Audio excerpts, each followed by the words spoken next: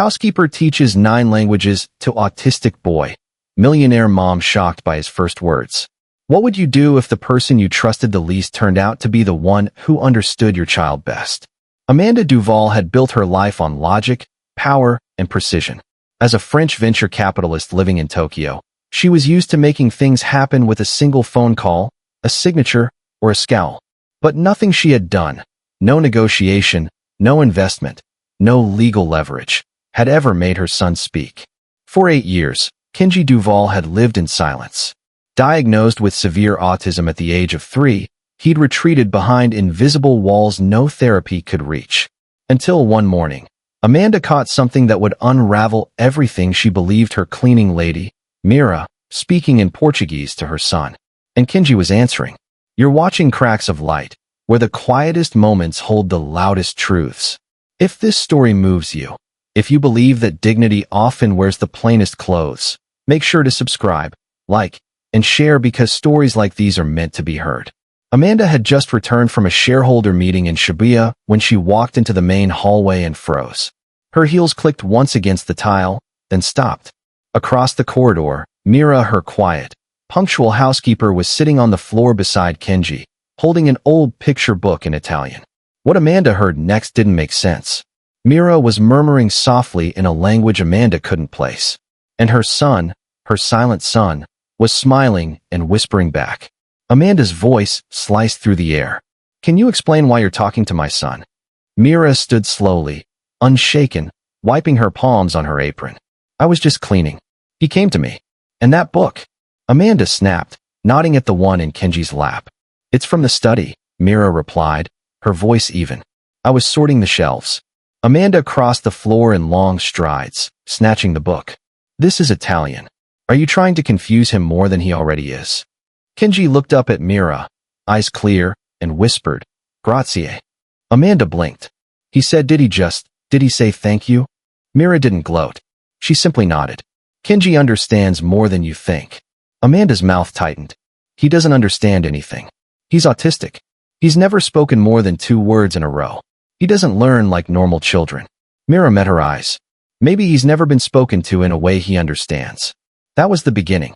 Amanda didn't know then that Mira Reyes held 2 doctorates, one in linguistics, one in childhood cognitive development, and that for the last 3 months, while scrubbing floors and folding sheets, she had been listening, watching, waiting, not for permission, but for a sign. And it had come in the form of one whispered word from an 8-year-old boy who'd been waiting just as long to be heard. Amanda Duval wasn't used to being challenged, especially not in her own home, and certainly not by someone who scrubbed her floors. The conversation in the hallway refused to leave her mind.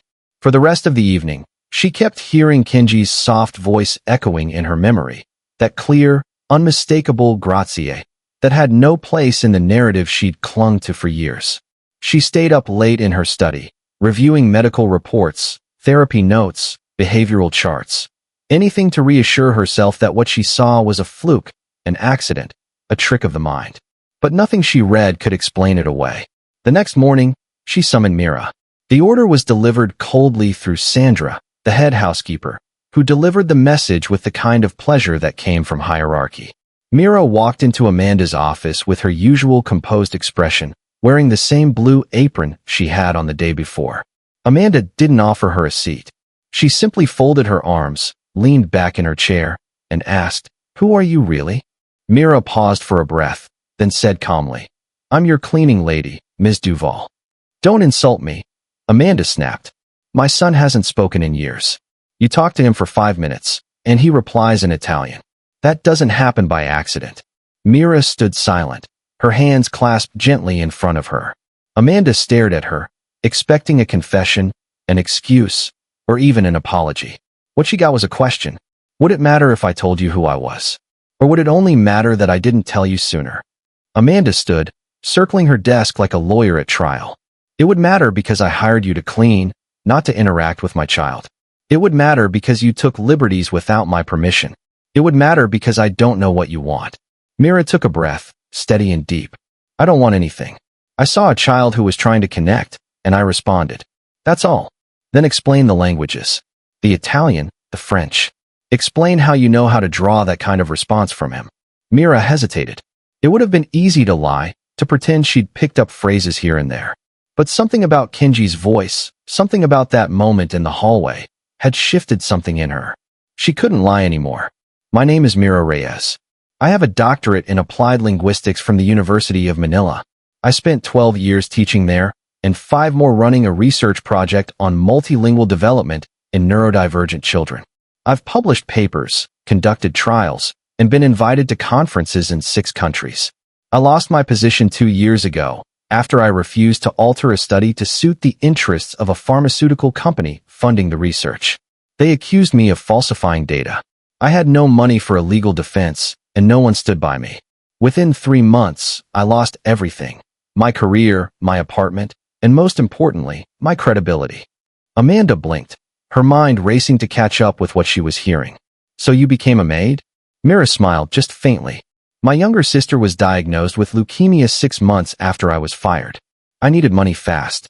I didn't have time to rebuild my career or reputation.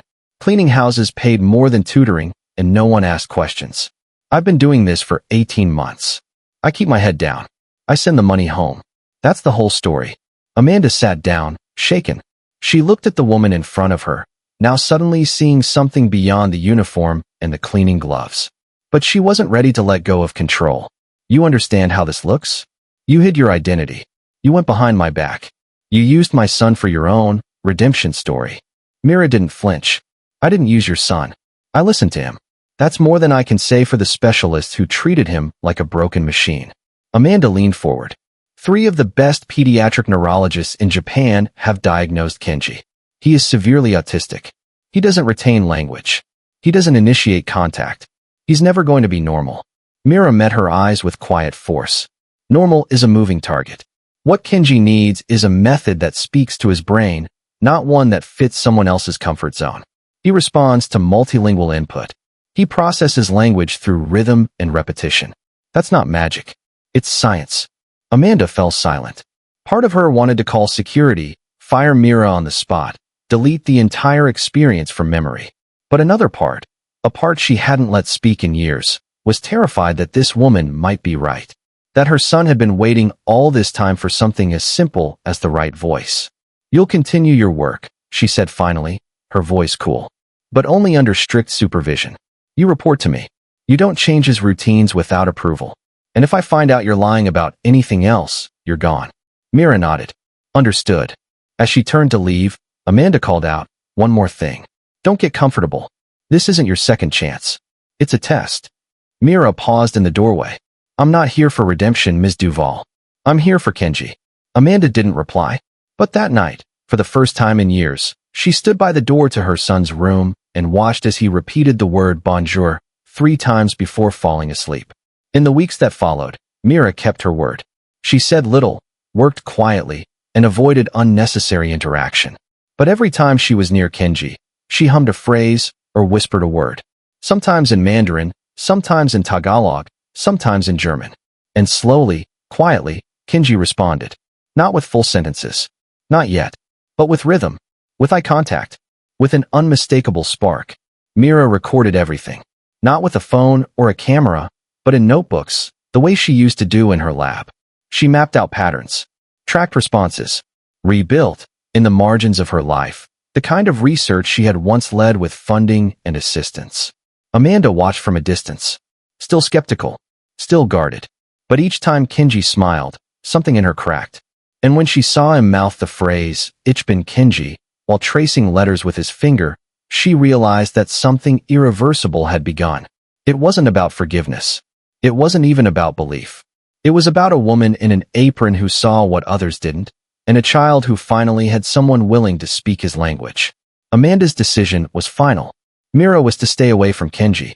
No more hallway glances. No more whispered words. No more contact. The order came down through Sandra with a sharp tone that needed no explanation. Mira didn't object. She didn't plead or argue. She simply nodded and returned to her work.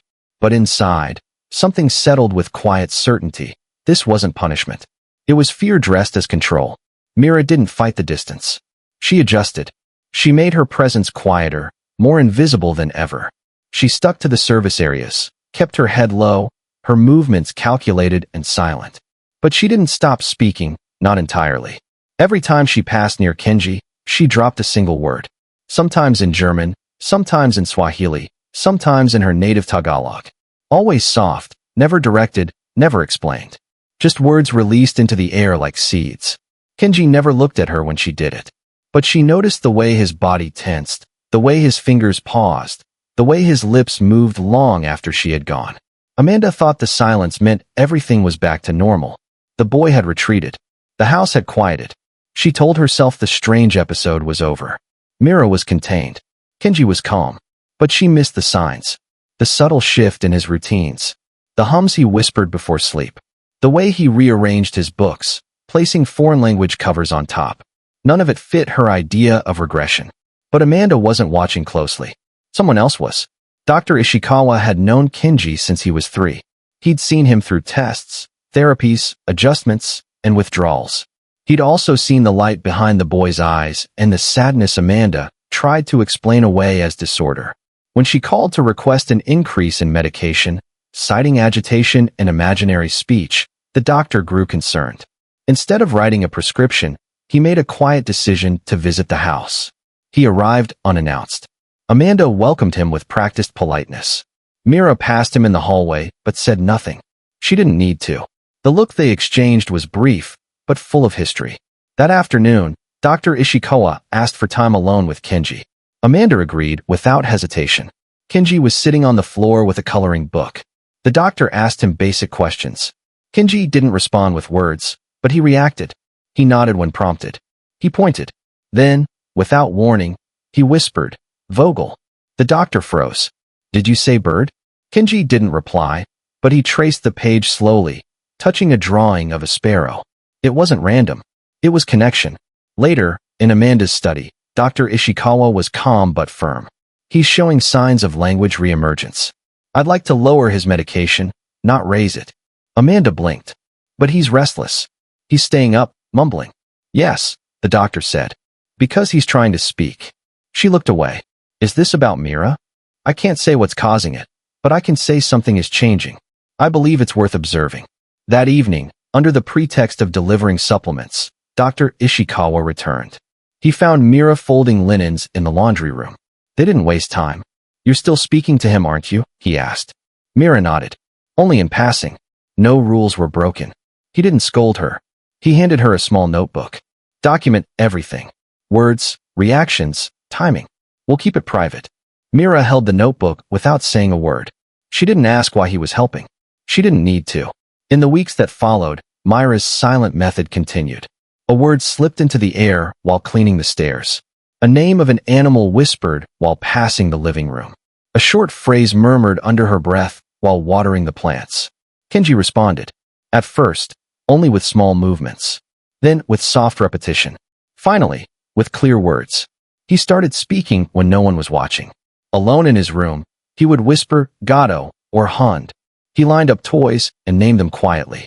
One day, he passed Mira near the back door and said, "Buongiorno." She didn't turn, but her hands trembled slightly as she carried the laundry inside. Dr. Ishikawa came every few days. He and Mira exchanged notebooks in quiet corners of the house. They never met in the same place twice. Sometimes near the garage, sometimes on the back steps.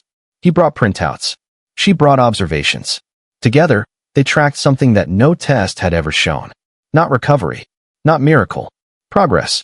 Amanda remained unaware until she overheard Kenji reciting a nursery rhyme in what sounded like Dutch.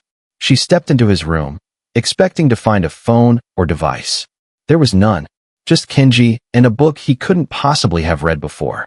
He looked at her briefly, then returned to his quiet repetition. The next day, Amanda called Dr. Ishikawa into her office. "Something's going on," she said, "and I think Mira is behind it." He nodded slowly. "Kenji is learning. Not traditionally, but meaningfully. Whether you approve of her or not, she unlocked something we couldn't." Amanda was silent. "What should I do?" she asked. "Don't interrupt it," he replied. "Let it unfold." That night, Amanda stood behind a partially closed door and listened as Mira passed the dining room, her voice low and unassuming. She said one word. "Pero." Kenji didn't react. Not immediately. But 10 minutes later, As he completed a puzzle on the floor, he placed a dog-shaped piece in the right spot and said, clearly, Pero. Amanda said nothing. She stepped back from the door, her heart unsettled. Not by fear, by possibility. And for the first time, she didn't try to control it. She simply listened. Kenji's first word in nearly 3 years wasn't shouted. It wasn't even spoken with confidence. It came in a whisper, fragile and unsteady, barely louder than breath. Mira was wiping the counter in the back corridor when she heard it. A single word, spoken behind her as Kenji walked past. Gato. She froze. Not because it was Spanish, not because it was correct, but because it was him. He had said it with intention. She didn't turn around. She knew better now. But that night, alone in her small room above the garage, she wrote the word down in her notebook, underlined it twice, and dated it. The next day, Kenji said 2 more. Hund and Nico. Both animals. Both placed gently into the air as he built a tower of colored blocks. Mira didn't interfere. She passed nearby, offered a soft bonjour as she swept, and let him fill the silence as he chose. By the end of that week, he was repeating combinations, Chat Gato Nico. He wasn't just speaking. He was sorting languages by instinct. Dr. Ishikawa returned 3 days later and found Mira in the garden. They didn't speak at first. She simply handed him a folded paper filled with dates, words, responses, and symbols. He read it without comment. Finally, he looked at her and said, "It's time to build something." Mira nodded. "I'll need help." She hadn't spoken to anyone from her old academic life in nearly 2 years. Not since the scandal that cost her everything. But if Kenji was going to break through, she needed more than intuition. She needed the science. That night, Mira sat at the tiny desk in her quarters and opened an old, dust-covered laptop. She didn't use her university email. She wrote from a personal address, subject line blank, message short. James, it's Mira Reyes. I need the intervention files from Manila. The selective mutism protocols. Please send them if you still have them. It's important. She didn't expect a reply. Not after how she left. But 20 minutes later, her screen pinged.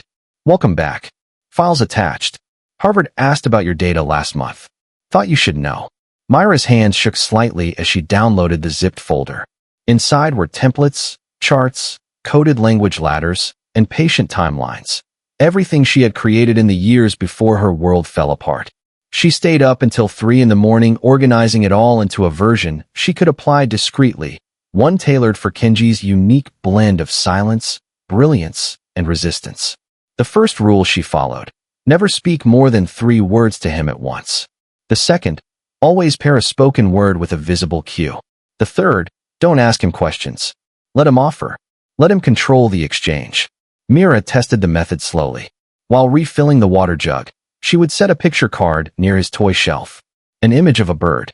The word Wazo written below. Then, later that day, she would walk past and softly say the same word in a different language. Vogel. Kenji's eyes followed her. Nothing more. But the next morning, when she passed again, he whispered, Paharo.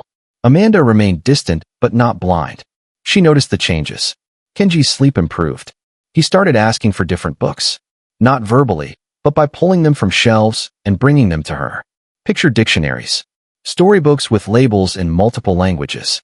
Once, she found him trying to sound out a word in Japanese by mimicking syllables under his breath.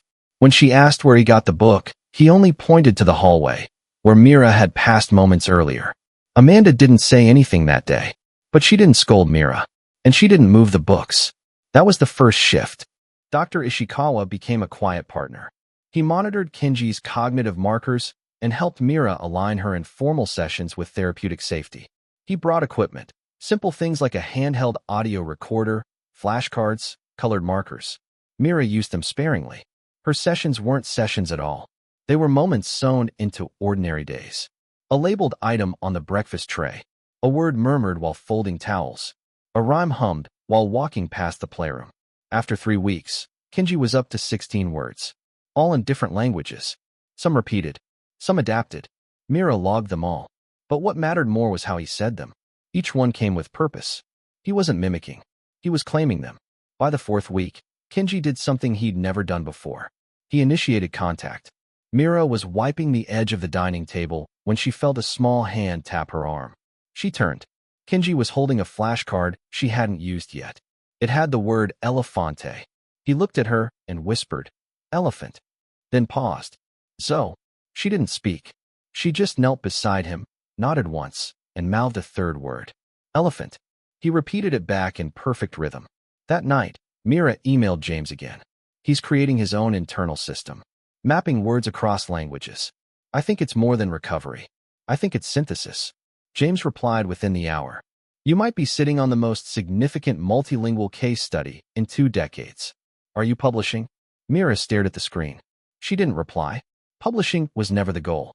Kenji was. Amanda, meanwhile, had started watching. Not obviously. She would pause in doorways or linger by the kitchen longer than usual. She didn't ask questions, but she no longer avoided them either. She found herself listening for Kenji's voice. And when she heard it, her reaction wasn't disbelief anymore. It was quiet awe. One afternoon, as Mira was putting away books, Amanda approached. Her voice was low, almost unfamiliar. "He said my name this morning." Mira turned. "How did he say it?" "He said, Mama." Amanda, like he was testing which one I'd answer to. Mira offered a faint smile. "He's learning emotional nuance." Context. Amanda nodded. "I want to understand what you're doing, but I don't want to interfere." "You already are," Mira said softly, "just by listening." Later that week, Kenji stood at the window watching rain. Mira walked behind him and gently placed a laminated card on the windowsill. The word on it was Pluie. Kenji traced the letters, then whispered, "Aim." Mira whispered, "Alon."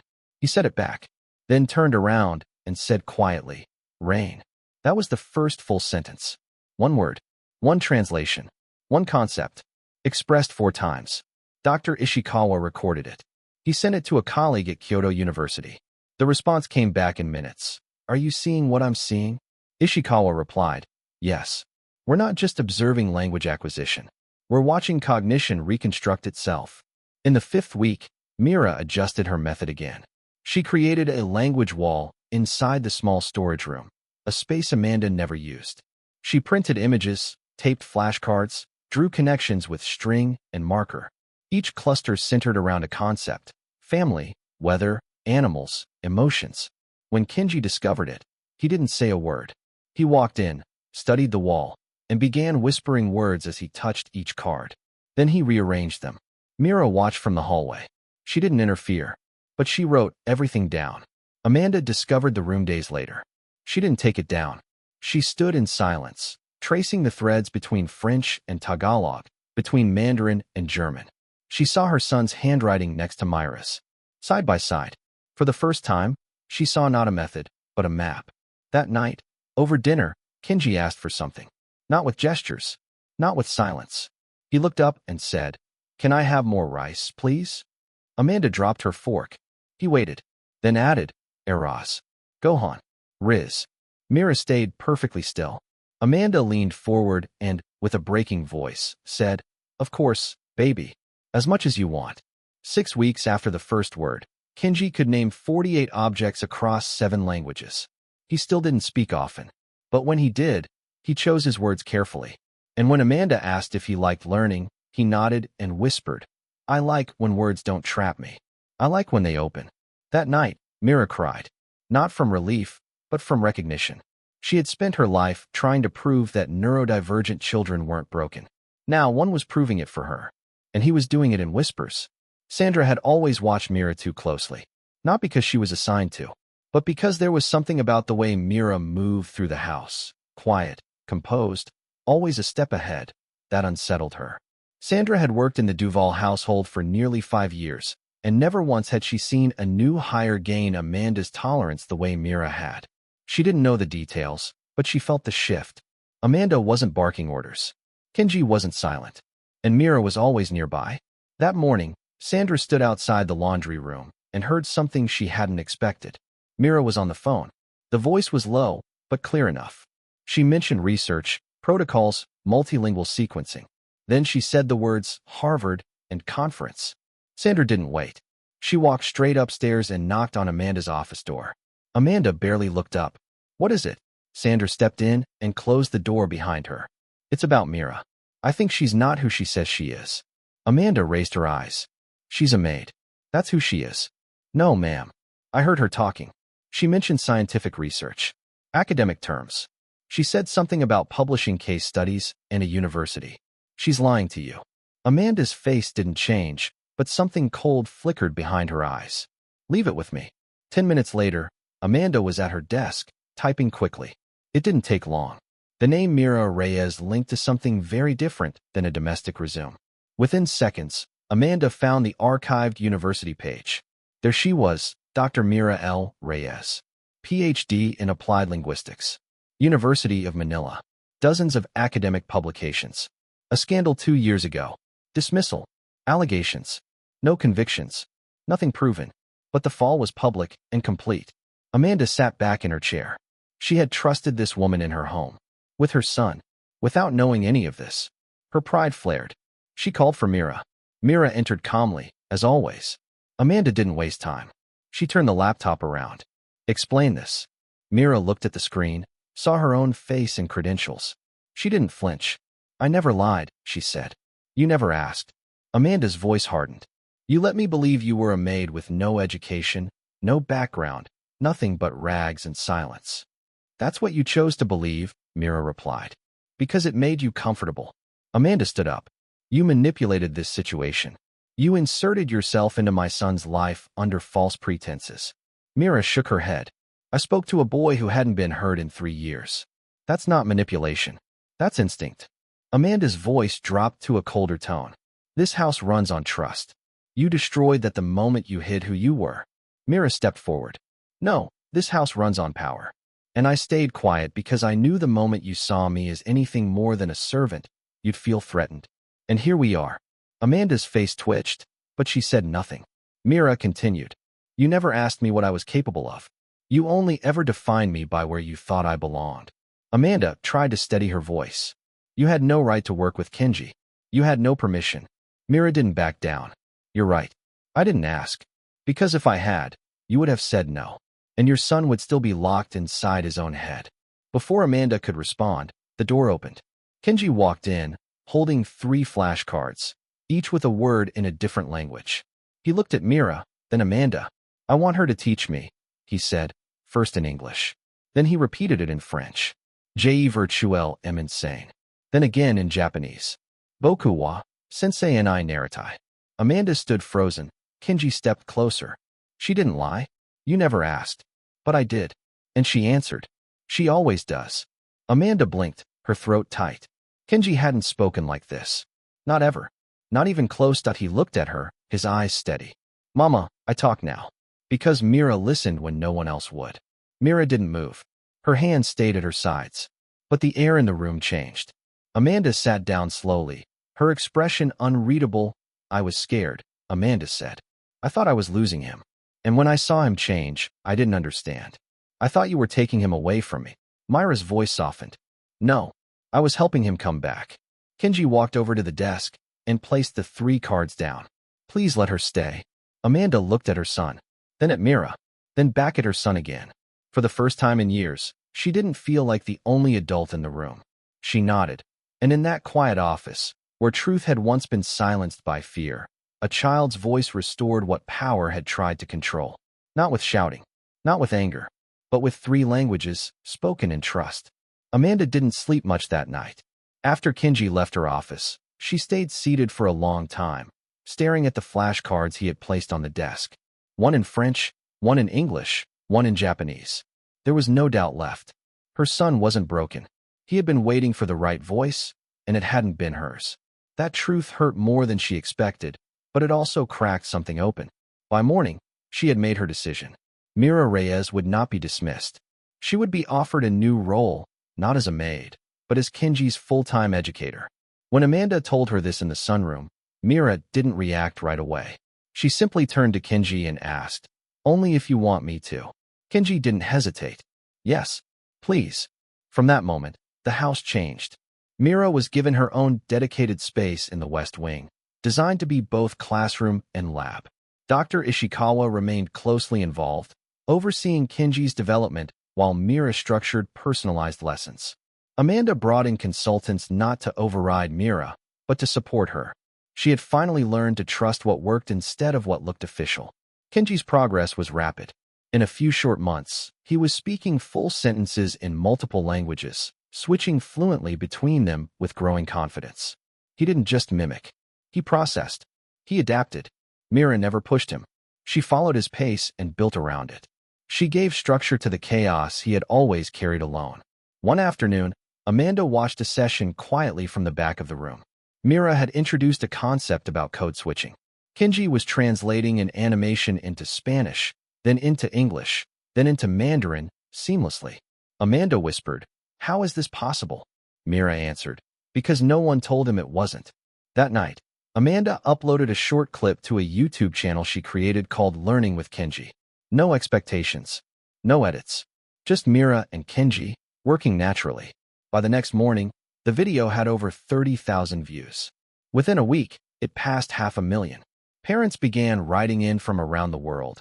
Parents of nonverbal children, educators, therapists, desperate people looking for hope. By the end of the month, the channel had over 1 million subscribers. Amanda couldn't believe it. Mira didn't try to capitalize on the moment. She only uploaded what Kenji was comfortable sharing. The channel wasn't for fame. It was for connection. Kenji loved it. He loved knowing his voice was reaching people who needed it. Amanda formed the Kenji Project Foundation in the 4th month. Its mission, to bring Mira's multilingual approach to classrooms across the world. Mira led curriculum development. She hosted private webinars and started building lesson templates for educators. Her name returned to academic journals, but this time by choice. She wasn't chasing recognition. She was rebuilding impact. By month 6, Tokyo public schools were asking for pilot programs. By month 9, over 15 schools had implemented her method. The results were undeniable: improved focus, increased communication, better emotional regulation. Mira became a featured guest on education podcasts and international news. Still, she kept her daily life grounded. Each morning, she worked one-on-one with Kenji. Each afternoon, she documented his progress. Every word he spoke, every breakthrough he made was noted and used to refine the method. One day, Kenji asked her why people feared different. Mira said, "Because they don't understand it." He answered, "Then let's help them understand." That became their new goal. The channel grew beyond what Amanda ever imagined. By month 10, they had 3 million subscribers. Schools in Brazil, Canada, Kenya, and Germany were requesting access to the curriculum. Amanda funneled all donations back into the foundation, expanding staff and translating materials. Mira remained focused. Her priority was still Kenji. Each day, she adjusted the learning wall they had created. Each night, she stayed up late analyzing patterns and planning new steps. The boy who once didn't speak now gave short language lessons on camera. He explained syntax. He joked. He shared ideas. One evening, Amanda overheard him recording. He looked into the camera and said, "If you're like me, and you think no one will ever hear you, don't stop. Someone will." Dr. Ishikawa brought news that Mira's latest research paper had been accepted by a major neuroscience journal.